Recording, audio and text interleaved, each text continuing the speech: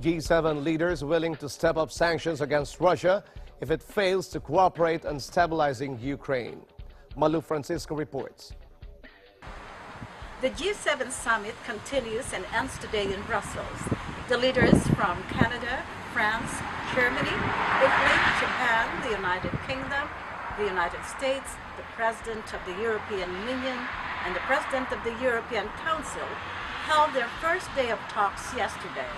And over dinner on Wednesday night, Central European Time, June 4, leaders focused on Ukraine and their relations with Russia. A 19-point communique was issued, which includes other foreign policy issues. The group of 7 leaders said they remain prepared to slap tougher sanctions on Russia, despite a successful election in Ukraine, if unrest in the east of the country is not brought under control. Russian President Vladimir Putin had been excluded from the talks. The world's leading industrialized nations meet without Russia for the first time in 17 years. The message couldn't be clearer from Barack Obama and the West.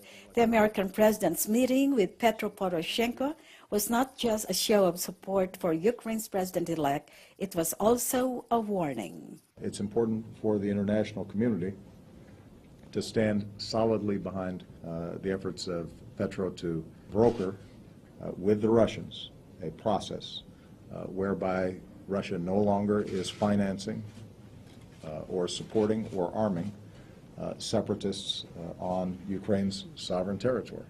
Speaking after the dinner with leaders of the world's most industrialized nations, German Chancellor Angela Merkel said the leaders were united in their stance that if Putin fails to cooperate in stemming down the violence in Ukraine, tougher sanctions would be imposed.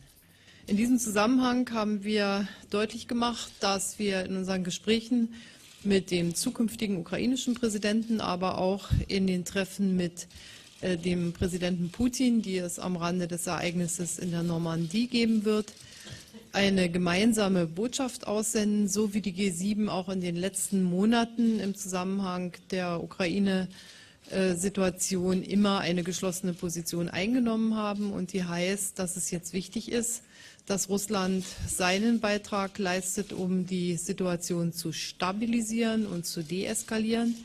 Das heißt, so far, the United States and the European Union have imposed relatively minor travel bans and asset freezes on dozens of Russian officials in reaction to the seizure of Crimea.